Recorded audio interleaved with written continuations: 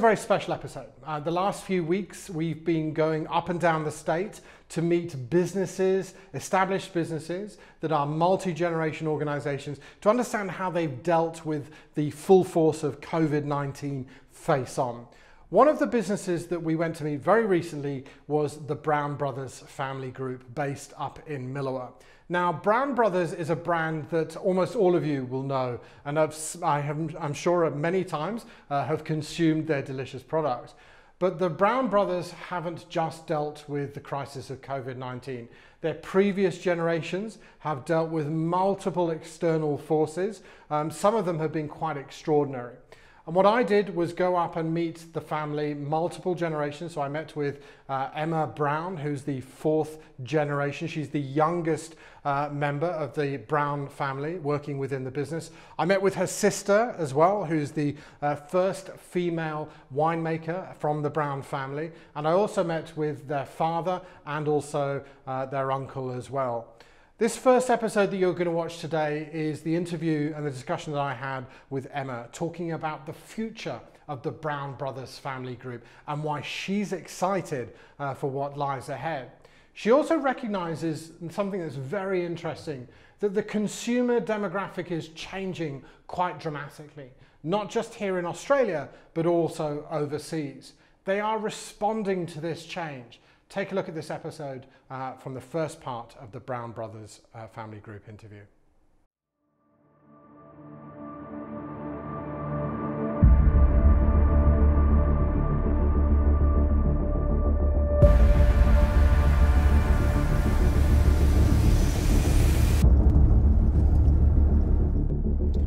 Today we're on our way to see the Brown Brothers family group, and for me, I'm fascinated to see how the past meets the future and how they deal with chaos such as COVID-19.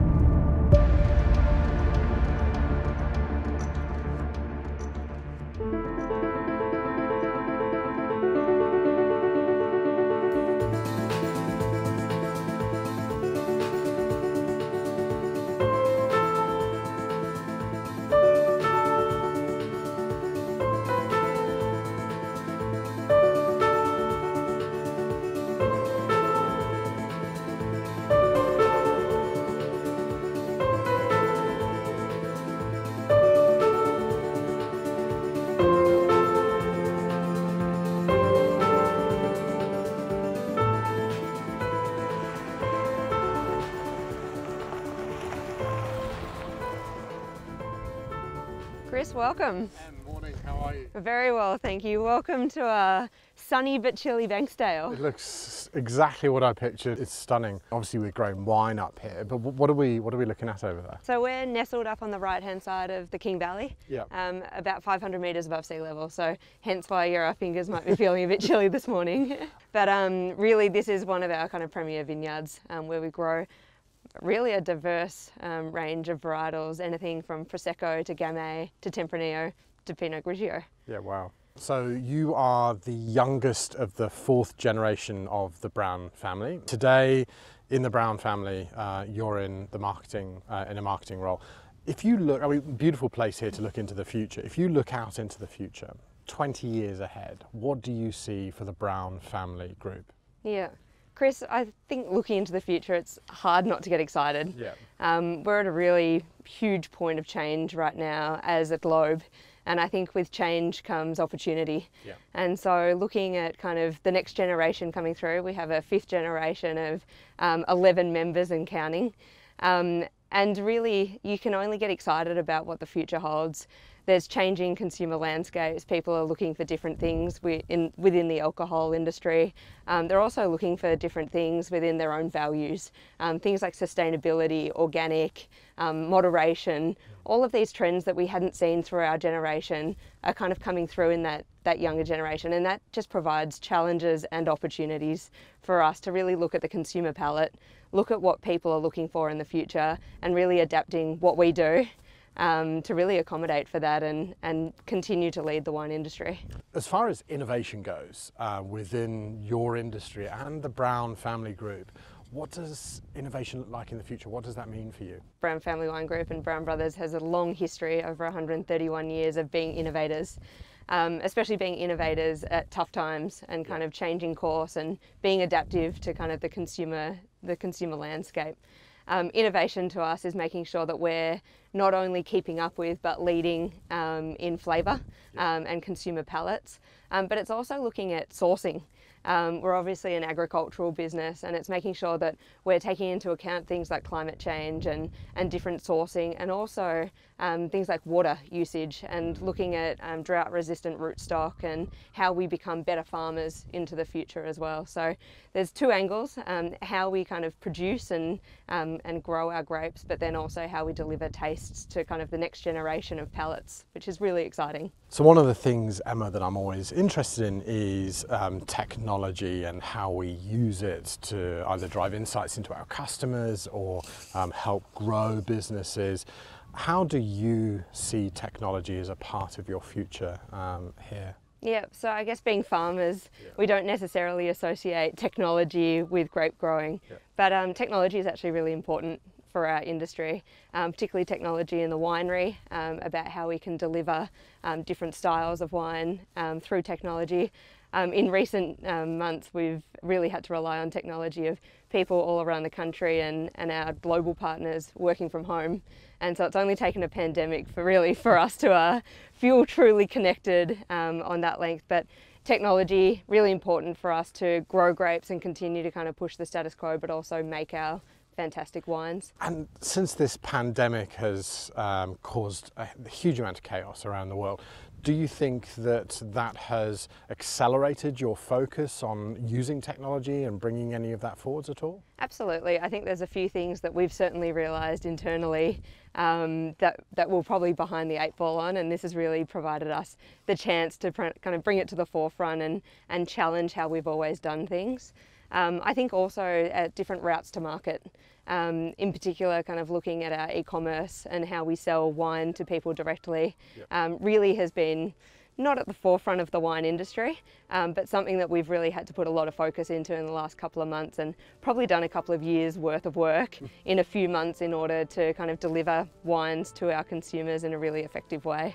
What a perfect opportunity now, I think, as we start talking about your business back in Miloa, to actually go back and have a look there and see what's going on.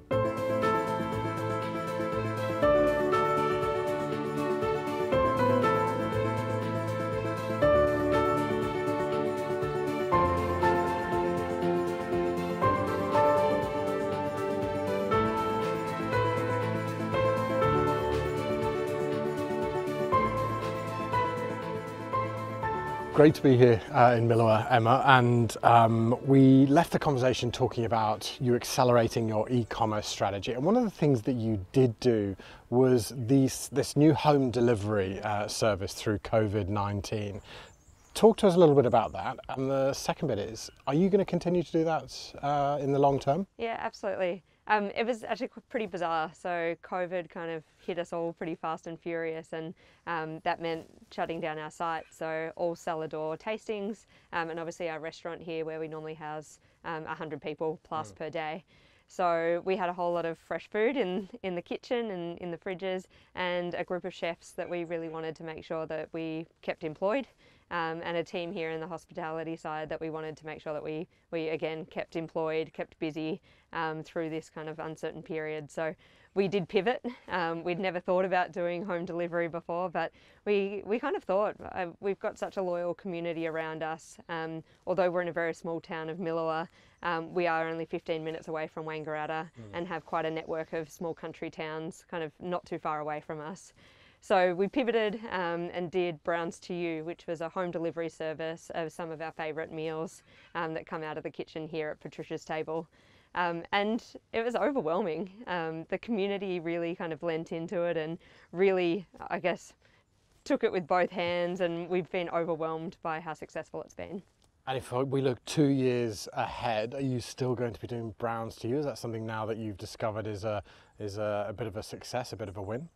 Browns to You is something that we never thought we were going to do, but is certainly something that we're looking to do in the future, now knowing how much the local community is craving having that convenience, and I guess good quality and value convenience to their front door. So we are looking at repurposing one of the kitchens here on site to be solely for Browns to You deliveries, which is really exciting for us.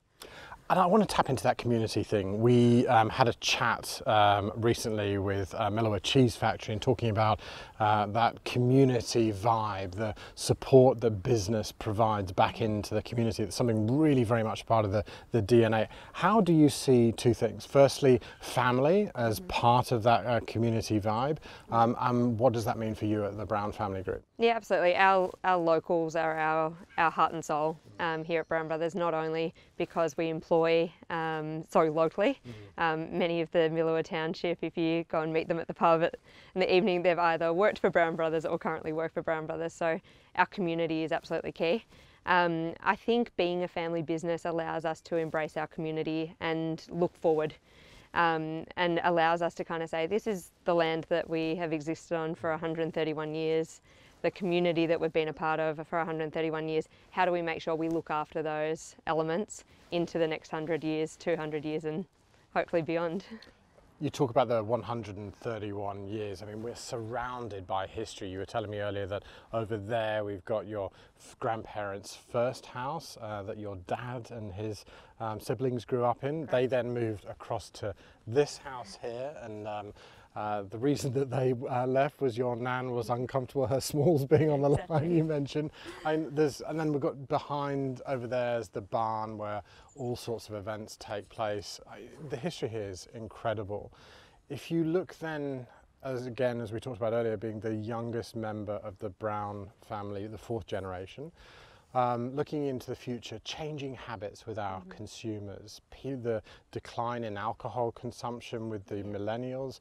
What does that mean for you, and what are you seeing with that? Yeah, absolutely. We always say that we're a wine company with tradition, but we're certainly not a traditional wine company. And that's really kind of the foundation that we kind of see that we can pivot from.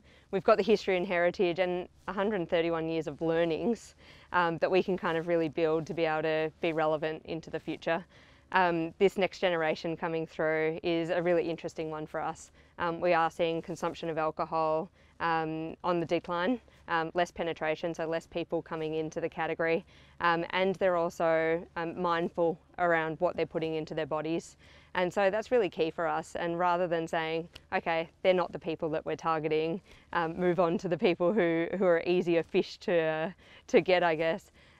We want to make sure that we're creating products that are relevant to their life and to their values. So looking at things like moderation in pack size, looking at things like lower in alcohol and no alcohol, looking at things like certain values that people are holding, such as veganism, such as organic and sustainability, that they're not going away, they're not fads, they're going to become part of kind of people's repertoire and what they look for in all of the products that they buy. So we really need to pivot, and we're starting to do that in moderation and lower in alcohol, but there's a whole future ahead for the wine industry for us to really lean into and lead.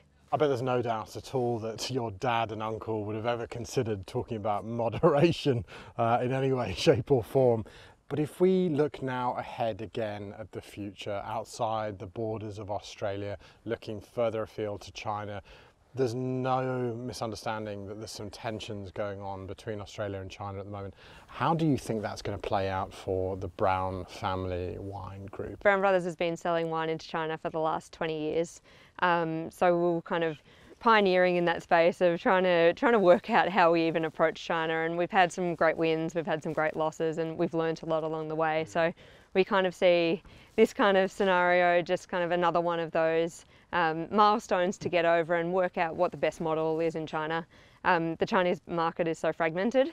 There's a lot of kind of direct-to-consumer opportunities that don't exist here in Australia, but likewise there's the traditional retail that exists as well. So we're really looking at what model in China works best for the consumer in order to kind of get access to their favourite wines, and then also what works best for us in order to kind of take people on a wine adventure. it's really interesting in China. The Chinese palate is still developing, and so we are finding that our fruity wines, which kind of 20 odd years ago here in Australia were how people were being introduced to wine, are really kind of becoming quite successful in the Chinese market as kind of young female consumers are starting to get into the wine industry. So we're really excited about China still. I think there's a few hurdles that we need to get over, and some of that out of our control, but we're certainly along for the ride. Emma, it's been fascinating chatting with you today, both at your vineyard and here. I could chat with you all day. Thank you so much for taking the time out. Thanks so much. Thanks very much, obviously, to Emma from the Brown Brothers family group. She's, as I said earlier, the youngest of the fourth generation of the family, and she's got an incredible role there looking after the future of brand and how they connect with their consumers. A big thanks also to our sponsor, Melbourne City Land Rover, for sponsoring that segment, and also to my great team at Show Division, to Kieran, our technical director, and also my director of photography, Andrew Ware. Next week, tune in because we'll be chatting with the rest of the family. We'll be meeting specifically with Catherine, the first female winemaker, to understand some of the exciting activities they're working on with the CSRIO on creating new brands, new tastes, and a new future for the Brown Brother